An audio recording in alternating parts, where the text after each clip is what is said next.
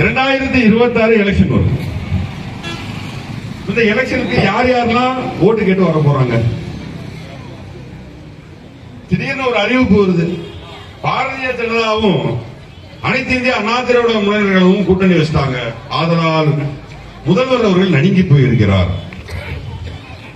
அன்னைக்குதான் முதல்வர் ரொம்ப சந்தோஷமா இல்ல, அன்னைக்குதான் மக்களே ரொம்ப சந்தோஷமாயிட்டாங்க.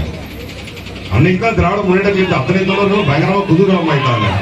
ஏன்னா அனைத்து இந்திய அண்ணா திராவிட முன்னேற்ற கழகங்கிறது ஒரு கரையாம வச்சிருக்கிற ஒரு புத்து, ரொம்ப சிரமப்பட்டு அது ஒரு 1960 இருந்து அப்படி ஒரு அளவு கொண்டு வந்து நிப்பாட்டினா டெல்லியில இருந்து ஒரு கருணாகம் உள்ள போய் உட்காந்துருச்சு. இந்த கரையாம்பூத்துக்குள்ள கருணாகம் உட்கார்ந்த ஒரு கட்சி எந்த வகையில யாருக்கு பிரயோஜனமா இருக்கும்? அதுக்கு நம்ம ஏன் நெடுங்கணும்? உண்மையை சொல்ல போனால் எந்த இடத்துல எல்லாம் பாஜக இருக்கோ அந்த இடத்துல எல்லாம் மக்கள் ஓட்டே போட மாட்டாங்க. அந்த வகையில் அனைத்து இந்த அண்ணா திராவிட முன்னேற்ற கழகத்துக்குமே அது மிகப்பெரிய வீழ்ச்சிங்கிறது நம்முடைய பார்வை. ஆனால் அவர்கள் என்ன சொல்கிறார்கள்? திமுக காரர்கள் நடுங்கி போயிருக்கிறார்கள். என்னைக்கு திமுக காரன் நடுங்கி இருக்கான்? என்னைக்கு திமுக காரன் பயந்திருக்கான்? என்னைக்கு திமுக காரன் பின்வாங்கி இருக்கிறான்? திமுக காரன் பார்க்காததா? திமுக காரன் பார்க்காத மிஸ்ஸாவா? திமுக காரன் பார்க்காத அடிதடியா சண்டையா? எல்லாவற்றையும் பார்த்தவன் திமுக காரன். உங்களை எல்லாம் பார்த்து எந்த காலத்தில் நடுங்க மாட்டோம். நீங்கள் தான் நடுங்கி போயிருக்கிறீர்கள். என்ன காரணம் என்று சொன்னால் தமிழக மக்கள் முற்றிலுமாக திராவிட முன்னேற்ற கழகம் பக்கம் மாறிவிட்டார்கள். அதனால் நீங்கள் தான் நடுங்கி போயிருக்கிறீர்கள் என்பதுதான் உண்மை. அவர்கள் உங்களிடம் வாக்கு கேட்டு வருவார்கள். அப்படி வாக்கு கேட்டு வந்தால் நீங்கள் ஒரு கேள்வி கேளுங்கள். பாரதிய ஜனதாவோடு கூட்டணி வைத்திருக்கிறீர்களே, பாரதிய ஜனதா ஆளக்கூடிய எந்த மாநிலத்திலாவது கல்வி ஒழுங்காக இருக்கிறதா கேளுங்க. உத்தரப்பிரதேசத்தில் கிட்டத்தட்ட 30 விழுக்காடு பள்ளிக்கூடங்கள் மேற்கூரையே இல்லாம இருக்கு, அதை கேளுங்கள். மற்ற மாநிலங்களில எல்லா மாநிலங்களிலையும் என்ன இருக்குது? இதே மதுபான கடைகள் இருக்கிறது. யாரு? இதே பாரதிய ஜனதா ஆளுற இடத்துல.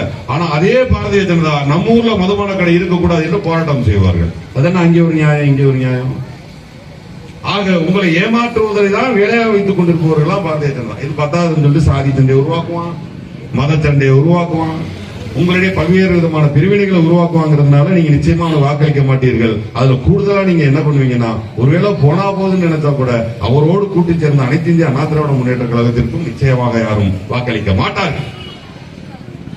அதோடு சேர்ந்து முன்னாடி கொஞ்சம் இந்த சீமான் என்பவர் பிரமாதமாக பேசிக் கொண்டிருந்தார். நான் தான் ஒரு இன்டர்வியூல சொன்னேன், முன்பெல்லாம் காமெடி படம் பார்க்க போவோம், படம் பயங்கர சிரிப்பாக இருக்கும். அப்புறம் கொஞ்ச நாள்ல காமெடி படங்கள்லாம் வரல. அப்புறம் நாங்கெல்லாம் யோசிச்சோம், 9 மணிக்கு மேல எங்கடா சீமான் மீட்டிங் இருக்குன்னு பார்ப்போம். அங்க போய் உட்கார்ந்தா அவர் பிரமாதமா காமெடி பண்ணுவார். ஏன்னா வாயை திறந்தா பொய் தான் பேசுவாரு. வெறும் பொய்யா பேசியிருப்பார் 1.5 மணி நேரம். நாங்களும் வாய் விட்டு சிரிச்சுட்டு வந்துடும். பயங்கர கூட்டம் இருக்கும். சீமான் என்ன நினைச்சுக்கிட்டாரு, என்ன இவ்வளவு கூட்டம் இருக்கு, நம்ம நல்லா பேசுறோமா? ஐயா நீங்க நல்லா பேசல, நீங்க பேசுறதெல்லாம் போய் அந்த காமெடியை பார்க்கறது வந்து கூட்டம் உட்கார்ந்து இருக்குங்கிறத நான் தான் ஒரு இன்டர்வியூல முதல்ல தெளிவா அவர் விளக்கமாக சொன்னேன். அவர் உங்களிடம் வாக்கு கேட்டு வருவார். கிட்டத்தட்ட பெரிய வாக்கு வங்கியை பொய் சொல்லியே வச்சிருந்தாரு. அப்புறம் அத்தனை பேருக்கு தெரிஞ்சு போச்சு, அத்தனை பேர் திமுக வந்துட்டாங்க. அங்க வந்து இல்ல, எல்லாம் வந்து இப்ப திமுக வந்துட்டான். அவர் ஒருத்தர் இப்பதான் மைய புள்ளி, இதுதான் நாளைக்கு காலம் வைரல் ஆகும். ஒரு நடிகர் தற்போது அரசியலுக்கு வந்திருக்கிறார். யார் எடுத்து எங்க போடுவீங்களோ அவர் அந்த நடிகர் அரசியலுக்கு வரும்போது என்ன பண்ணணும்? நான் நடிகர் தானே, நான் 14 வயசுல இருந்து அரசியல் இருக்கேன். நடிகர் என்ன பண்ண? நான் சும்மா கேட்கிறேன், உங்ககிட்ட கேட்டேன். வராரு, ஓட்டு கேட்டு வராரு. ஐயா வாங்க ஐயா, உங்க எல்லாருமே எனக்கு ஒரு ரொம்ப சந்தோஷம் ஐயா, உங்களை எல்லாம் எனக்கு ரொம்ப பிடிக்கும், உங்களுக்கு எல்லாம் நான் ஏதோ செய்யணும்னு ஆசைப்படுறேன், உங்களை நல்லா வச்சுக்குவேன், உங்களுக்கு கேஸ் சிலிண்டர் ஃப்ரீயா தருவேன், உங்களுக்கு அரிசி ஃப்ரீயா தருவேன், அதை ஃப்ரீயா தருவேன் சொல்லிட்டு போக வேண்டியது தானே. நான் திமுக தான் என்னுடைய எதிரி. ஏன் திமுக உனக்கு எதிரி? திமுக உனக்கு என்ன பண்ணுச்சு? நல்லா தானே இருக்க. காஷ்மீர் மாதிரி 4 பக்கம் குண்டா வெடிச்சிட்டு இருக்கு தமிழ்நாட்டில். நல்ல சந்தோஷமா இருக்கிய. உன் வீட்டை சுத்தி ஏகப்பட்ட துணை காவல் நிலையங்கள் இருக்கு. நீ எங்க போனாலும் உனக்கு பாதுகாப்பெல்லாம் தமிழக அரசு கொடுக்குற. தமிழக அரசு நீ எங்க எடுத்துக்கிட்ட? தமிழக அரசு உனக்கு என்ன தப்பு பண்ணுச்சு? சரி, இந்த தமிழக அரசு உனக்கு எந்த தப்பு பண்ணல. ஏற்கனவே ஒரு தமிழக அரசு அம்மா ஜெயலலிதா இருக்கும் பொழுது உன்னுடைய தலைவன்கிற படத்தை எதிர்த்தாங்க. எதிர்த்தப்ப இந்த அதிமுக தான் என்னுடைய சொல்லவே இல்லையே. என்ன பயம் உனக்கு? ஒரு தலைவன், ஒரு முதல்வன் எல்லோருக்குமானவராகவும் சாதாரணமாக இருப்பது இலக்காரமா இருக்கா? சர்வாதிகாரம் பண்ணணுமா? பயமுறுத்தணுமா? நீங்க என்ன எக்ஸ்பெக்ட் பண்றீங்க? அப்ப நீங்க சர்வாதிகாரத்தை தான் எதிர்பார்க்கிறீங்களா? சத்தியமா திராவிட முன்னேற்ற கழகத்தில் சர்வாதிகாரம் இருக்காது. அது நிச்சயமாக மக்களாட்சியாகத்தான் இருக்கும். அந்த கட்சி மக்களுக்கான கட்சியாகத்தான் இருக்கும். அந்த தலைவன் மக்களுக்காகவே இருப்பான். அது என்ன உடனே என்னுடைய எதிரி திராவிட முன்னேற்ற கழகம், நீ வா வளர்ந்துக்க, உன்னை வளர வேணாம்லாம் நம்ம சொல்லவே இல்லை. யாரு வேணா இங்க அரசியலுக்கு வரலாம். இங்க இருக்கக்கூடிய அத்தனை பேரும் நாளைக்கு கட்சி ஆரம்பிக்கலாம். நீங்கள் உங்களுடைய கொள்கைகளை சொல்லலாம். கொள்கைகளை சொல்லுங்கள். நீங்க என்ன பேச வர்றீங்களோ, மக்களுக்கு என்ன செய்யணும் அதை சொல்லுங்கள். ஆனால் திராவிட முன்னேற்ற கழகத்தின் மேல் நீங்கள் என்ன ஊழல் குற்றச்சாட்டு வைக்கிறீங்க? ஊழல் கட்சிங்கிறீங்க, குடும்ப கட்சிங்க, மன்னராட்சிங்க. எதை வச்சு சொன்னீங்க? நான் ஊழல் கட்சி என்று சொன்னால் நான் மீண்டும் மீண்டும் ஒரு கேள்விதான் கேட்பேன். ஊழல் கட்சி என்று சொல்லும் பொழுது அந்த ஊழலை பட்டியலிட்டு சொல்லக்கூடிய ஒரு தைரியம் உங்களுக்கு இருக்க வேண்டும். அந்த டீடைல் உங்க கையில இருக்கும். இல்லாம சும்மா போற போக்குல ஊழல் கட்சி என்று சொல்வதில் எனக்கு விருப்பம். எனக்கு இந்த ஊரை பிடிக்காது அப்படின்னு சொல்ல முடியுமா? ஏன் இந்த ஊரை பிடிக்கல நான் சொல்லணும்? இந்த ஊர்ல ஒரு தப்பு இருக்கு. அதெல்லாம் ஒரு தப்பு. இந்த ஊரில் இதுதான் தப்பு என்று நான் சுட்டி காட்ட வேண்டும். அப்படி பொதுப்படையா சொல்லிட்டு போறேன்னா என்ன அர்த்தம்? இது ஒரு 10ஆம் பசலியான அரசியல், ஒரு தெளிவற்ற அரசியல்.